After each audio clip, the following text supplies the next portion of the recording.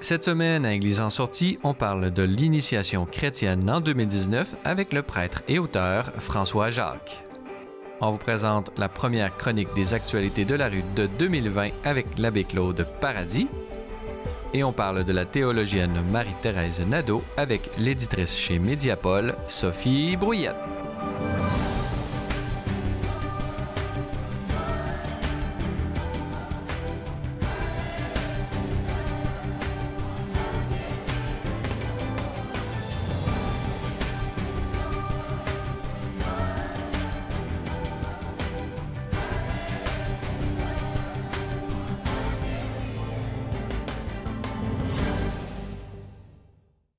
Bonjour, mesdames et messieurs, et bienvenue à Église en sortie. Aujourd'hui, à l'émission, nous allons parler de l'initiation chrétienne et pour en discuter, nous avons avec nous en studio l'abbé François Jacques. Bonjour. Bonjour. Abbé François Jacques, vous êtes prêtre diocésain de l'archidiocèse de Québec. Vous avez œuvré vraiment eu un ministère qui s'est déployé dans plusieurs fonctions au niveau vocationnel. Aujourd'hui, on est plutôt réunis pour parler de votre ministère en tant qu'auteur, puisque vous avez écrit ce magnifique volume « Viens et vois ». L'initiation chrétienne, aujourd'hui publié chez Mediapol. Alors, parlez-nous d'abord, qu'est-ce que c'est que l'initiation chrétienne? Avant de rentrer dans le aujourd'hui de cela, l'initiation chrétienne au sens général, qu'est-ce que c'est? Eh bien, évidemment, le livre est d'origine de mon expérience en paroisse et de mon engagement dans le catéchuménat en particulier. Alors, l'initiation chrétienne, c'est un processus d'admission dans un organisme, et en particulier donc ici dans la communauté chrétienne, dans l'Église, dans une communauté paroissiale. Ça tient normalement actuellement, disons, à de l'enseignement catéchétique. C'est vraiment au niveau de la catéchèse, mais j'imagine qu'il y a une partie rituelle, puisqu'il y a les sacrements qui initient d'une certaine façon, qui intègrent dans la communauté. Oui, qui viennent coiffer ce processus-là et devant la communauté et font entrer les catéchumènes qui ont cheminé. Ces catéchumènes proviennent des enfants de chrétiens, mais aussi de convertis, justement, qui veulent s'intégrer. Il y a peut-être deux dimensions ou deux façons de faire, mais d'abord, avant de rentrer dans ces spécificités, parlons un peu du contexte d'aujourd'hui, puisque vraiment, les chrétiens ne sont pas en dehors du monde, sont vraiment immergés là, dans un monde concret, avec une culture, une langue, tout ça. Parlez-nous un peu d'aujourd'hui, le contexte social dans lequel, duquel proviennent un peu, justement, tous ces futurs chrétiens. Là. Quelles en sont les caractéristiques et comment l'Église doit faire avec ces caractéristiques-là? Alors, je ne vous apprends rien en signalant qu'on est dans une société totalement de consommation et de sollicitations diverses. Au plan religieux, je dirais qu'il y a une tendance, en raison de cela, à développer une religion à la carte. Alors, les gens regardent ici et là. D'abord, il y a beaucoup d'accès à différentes religions. Il y a même déjà aussi un dialogue interreligieux, mais il y a sur une espèce de marché des religions qui fait que les gens sont un peu, les personnes sont un peu en recherche aussi. Et donc, là, en général, la rencontre d'un témoin de la foi chrétienne va favoriser un cheminement de foi chrétien, voire catholique, pour aller jusqu'à favoriser l'amorce d'un engagement sur le chemin de l'initiation. Donc, ce marché, d'une certaine façon, fait en sorte que ce sont des gens qui sont à la recherche de sens, on pourrait dire, là, qui viennent cogner à la porte. Donc, il faut vraiment répondre. Là, comment on fait ça aujourd'hui, répondre à ces gens? Commençons justement peut-être en parlant de ces gens qui arrivent un peu adultes, avec des questionnements de sens. Comment est-ce qu'on les accueille dans la communauté? C'est vrai chez les adultes, mais c'est de plus en plus vrai chez des adolescents et des jeunes adultes aussi, qui, d'une certaine manière, prennent leur distance de parents non-croyants ou non-pratiquants et qui viennent, comme je vous dis, à la faveur d'un témoin qu'ils ont rencontré, qui viennent frapper à la porte. Alors eux aussi, comme aussi des adultes, se présenter. Et donc la première démarche est vraiment de les accueillir avec leurs questions et leurs préoccupations. Un premier accueil qui peut se poursuivre dans une réflexion plus approfondie. Et aussi la présentation un peu plus tard d'une démarche. Vous avez parlé des adolescents. Bon, c'est sûr qu'il y a différentes strates générationnelles là, que vous décrivez bien dans votre livre. Parlez-nous un peu des caractéristiques là, de la génération Y, Z. Vous m'avez parlé même de cyber-génération. Parlez-nous un peu de cette génération en particulier et comment l'Église peut répondre à leurs besoins. Bien là, si je veux plutôt me concentrer sur la cybergénération, c'est la génération qui est née depuis 1995 jusqu'à 2015, donc 20 ans.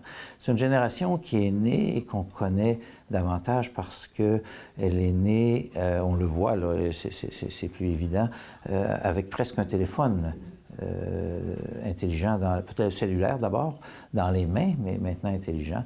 C'est une génération qui est apparue avec l'Internet participatif aussi. Et donc, ce sont des gens aussi qui ont, des jeunes qui ont une ouverture, parce qu'on est dans une ère de mondialisation. Il n'y a plus de frontières. Oui, c'est ça, effectivement. D'ailleurs, on le voit avec le mouvement écologique, là, comment c'est ouvert et comment il y a c'est un feu là, qui se répand très rapidement d'un pays à l'autre, alors avec la conscience que ça provoque. Alors c'est vraiment très intéressant. Et c'est une génération qui veut changer quelque chose, mais en même temps qui est un peu démunie aussi pour le faire. Alors qui a besoin de repères et tout, parce qu'elle reprend à zéro. Elle reprend à zéro. On va souvent dire que les jeunes n'ont pas la mémoire de l'histoire. C'est un peu vrai, mais au fond, c'est qu'elle veut réinitier quelque chose. Mais en même temps, elles ont besoin aussi d'adultes ou d'accompagnateurs pour les aider à établir leur repère. Et la chance de cette génération, c'est qu'elle a accès à une Église catholique qui est présente, peu importe où elle se trouve, partout sur le globe. Oui. Alors, une Église universelle présente partout. Comment est-ce qu'elle peut accueillir ces jeunes d'aujourd'hui? Bien, on vient de parler d'accueil. Ensuite, il y a de mentionner dans le rituel, on parlait de rite tout à l'heure, mentionner dans le rituel du catéchuménat des adultes, il y a une étape qui s'appelle le pré-catéchuménat, où on va souvent parler de première évangélisation. Alors, ça ne doit pas être confondu avec la catéchèse initiatique comme telle. Alors, c'est un contact avec l'esprit de la communauté chrétienne. Et ce contact-là, enfin, c'est ce que je propose dans le livre, ne doit pas seulement être théorique. Oui, on peut inviter des gens à causer ou à manger ensemble et tout, des jeunes, mais on peut aussi peut-être leur faire voir là où des chrétiens sont déjà actifs dans la société, particulièrement au service des démunis ou des plus pauvres, ou dans le domaine de l'écologie, donc des questions où les jeunes actuels sont très sensibles. Et à partir de là, un certain contact aussi avec la parole de Dieu. Donc des rencontres de groupe, de partage d'évangile, qui ne sont pas encore des catéchèses, mais qui sont le lieu de façonner les questions, qui permettent aux arrivants, là, que ce soit des catéchumènes adultes ou que ce soit des jeunes adultes, ou voire même des grands adolescents, de peaufiner leurs questions, de préciser leurs attentes, pour que la catéchèse, lorsqu'elle commencera, lorsqu'elle leur sera proposée, devienne une réponse aux questions, et non pas une réponse avant que les questions soient posées. Alors, ce qui malheureusement nous arrive souvent. Alors donc, ça vous a déjà rendu à la troisième étape, donc accueil, pré-catéchuménat, catéchuménat, et petit à petit, vers la fin de la catéchèse, donc des rites transitoires, des rites préparatoires, qui vont conduire aux rites officiels, donc du baptême, de l'Eucharistie ou de la confirmation. Vraiment, justement, cette rencontre effective qui va se réaliser, là, où la personne va devenir un enfant de Dieu, concrètement. Parlez-nous un peu, là, en terminant, puisque c'est le seul temps qui est à notre disposition pour parler vraiment de votre livre très riche, que j'invite nos téléspectateurs à se procurer et à lire. si vous aviez un espoir là, par rapport à l'initiation chrétienne au Québec, comment ça se fait et comment vous aimeriez l'avoir, pouvez-vous nous parler de votre espoir au niveau de l'initiation chrétienne? Mon espoir est simple. Au fond, c'est la dernière partie du livre.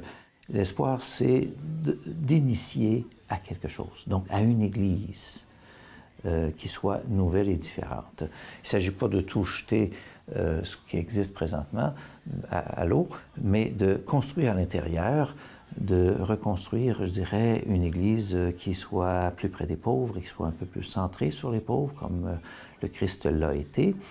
Et parce que de toute façon, on connaît un dépouillement et on n'a pas fini de le voir, ce dépouillement-là. Et en l'assumant, de construire un nouveau type communautaire, mais qui soit centré sur les plus pauvres, à l'intérieur même, bien sûr, des communautés paroissiales. Et peut-être changer de la décroissance, aller à la croissance et avoir tout seul, une église ouverte qui accueille beaucoup de gens, justement, pour... Mais encore faut-il les attirer pour pouvoir les accueillir. Donc, il faut développer un modèle que je dirais nouvellement, d'un type communautaire nouveau qui puisse régénérer.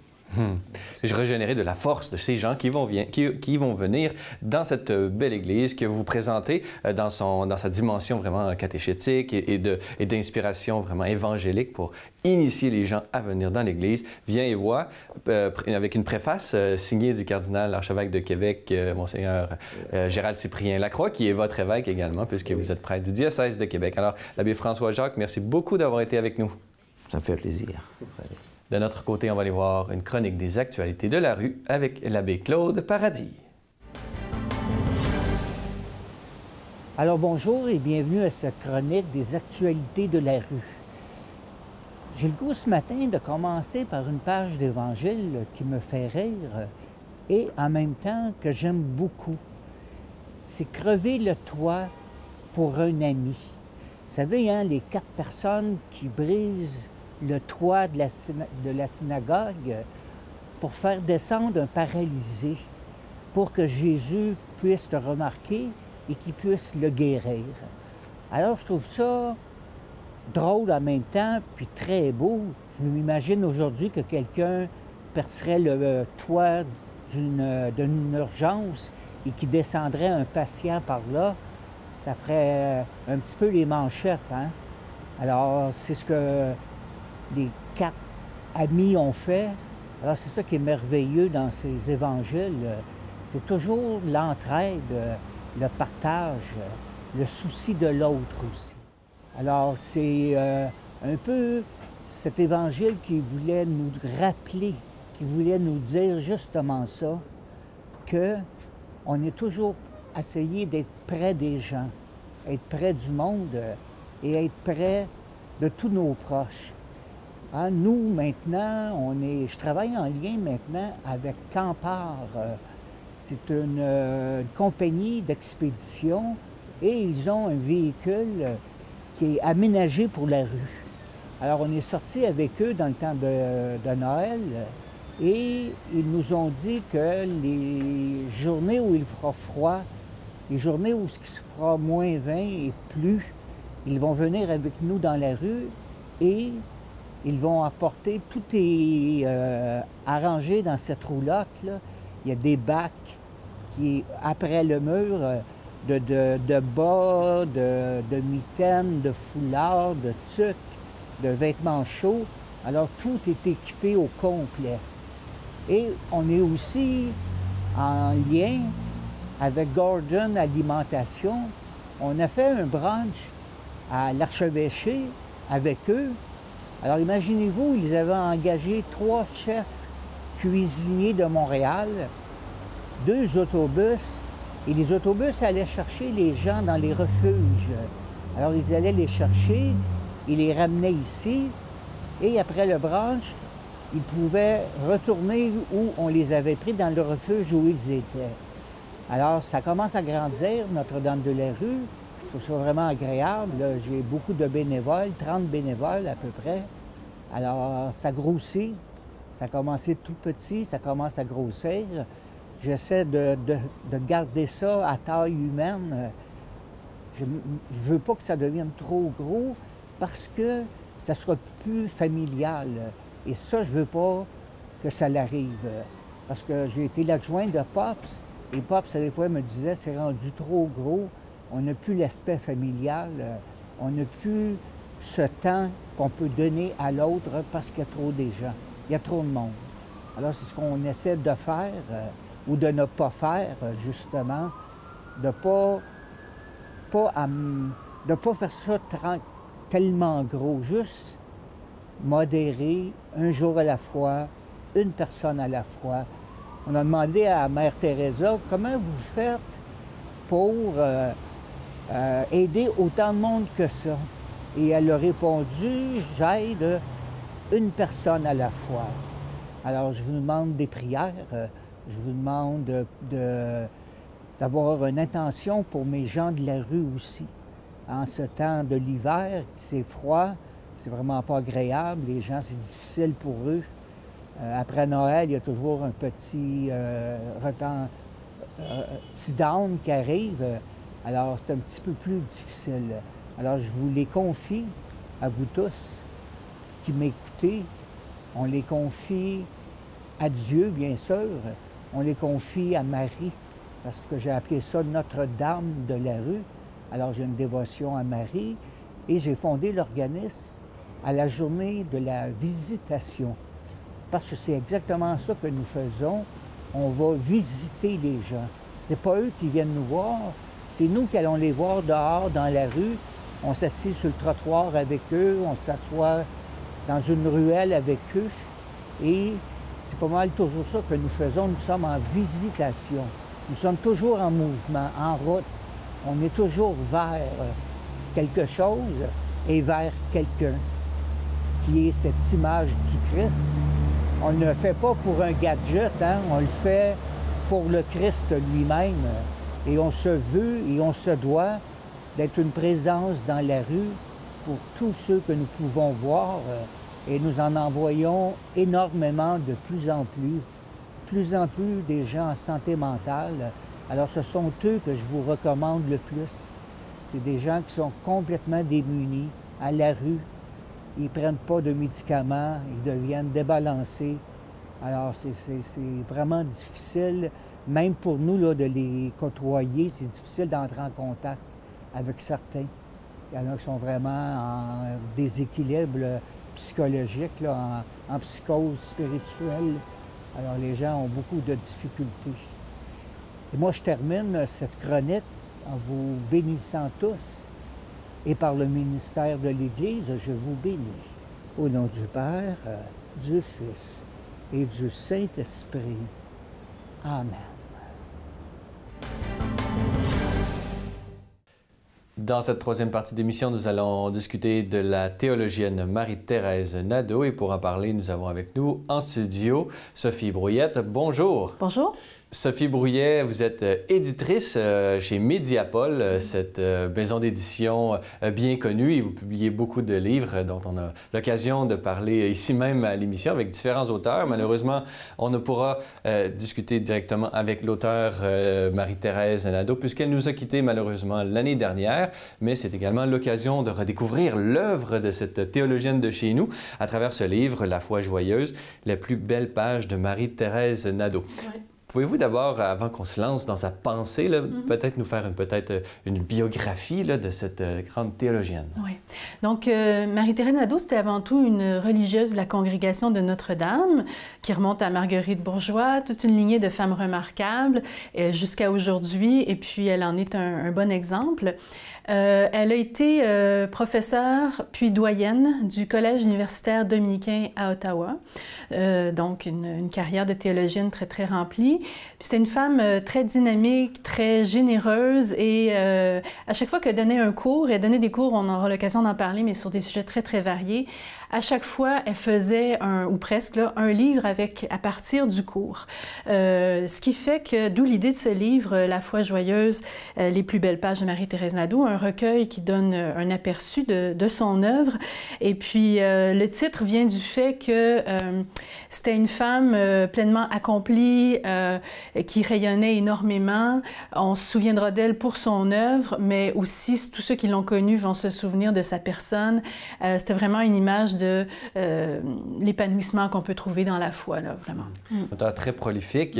J'aimerais justement qu'on parle de sa pensée. Allons-y. Bon, c'était une théologienne, alors allons-y avec les vertus théologales. Quelle était sa vision de la charité, de l'amour? De l'amour, oui. Alors, l'amour comme réalité ultime et universelle. Le livre dont on a tiré un extrait pour ce recueil-là s'appelait « Condamné à l'amour ». Quand elle nous a présenté ce titre-là, on n'était pas certain, mais elle nous a convaincus. Ce qu'elle voulait dire par là, c'est que finalement, on est tous façonnés par l'amour d'une façon ou d'une autre, que ce soit de façon positive ou en creux. Vu qu'on est fait pour ça, on est en quelque sorte pris avec ça, jusque dans la matière. Et elle montrait là, notamment la pensée de Teilhard de Chardin, la propension des molécules à s'unir. Donc, jusque dans la matière, la structure de la matière, l'architecture de l'univers est comme ça. Donc, un appel à la communion. Oui, c'est ça. Par la suite, elle explorait différentes visions de l'amour qui ont marqué l'histoire de la pensée, dont l'incontournable banquet de Platon avec Eros et Agapé. Et puis, elle montrait comment ces deux dimensions-là qui, chez Platon, de l'amour qui demeurent presque opposées, presque deux amours de nature différente, dans la pensée chrétienne, s'unifient.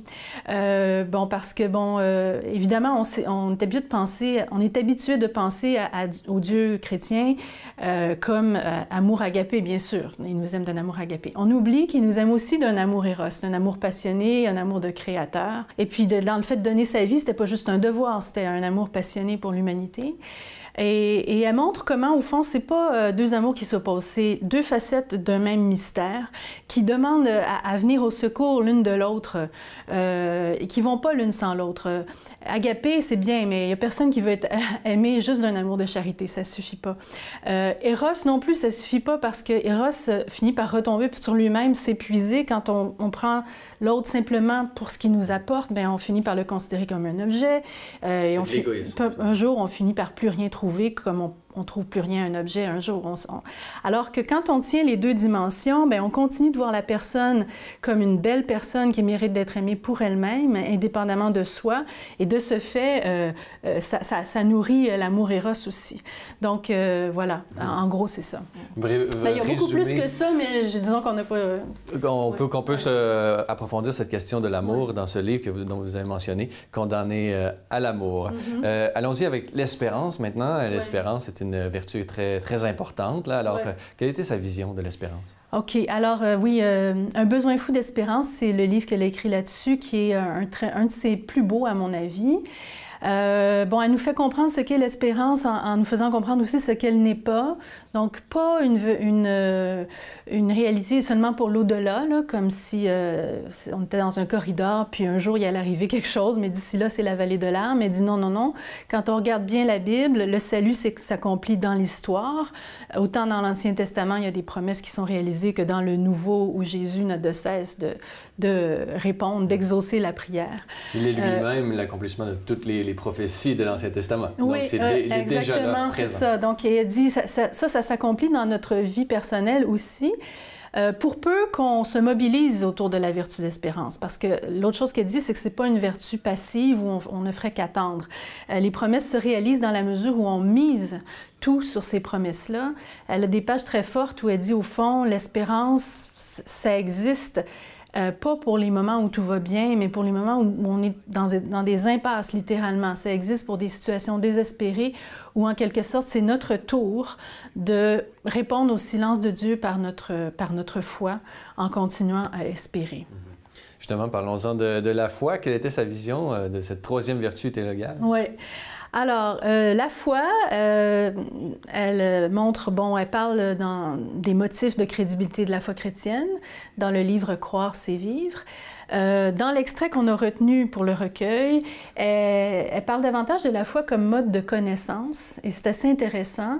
Elle dit que c'est un mode de connaissance aussi solide, aussi certain que le mode de connaissance rationnelle ou scientifique, mais qualitativement différent.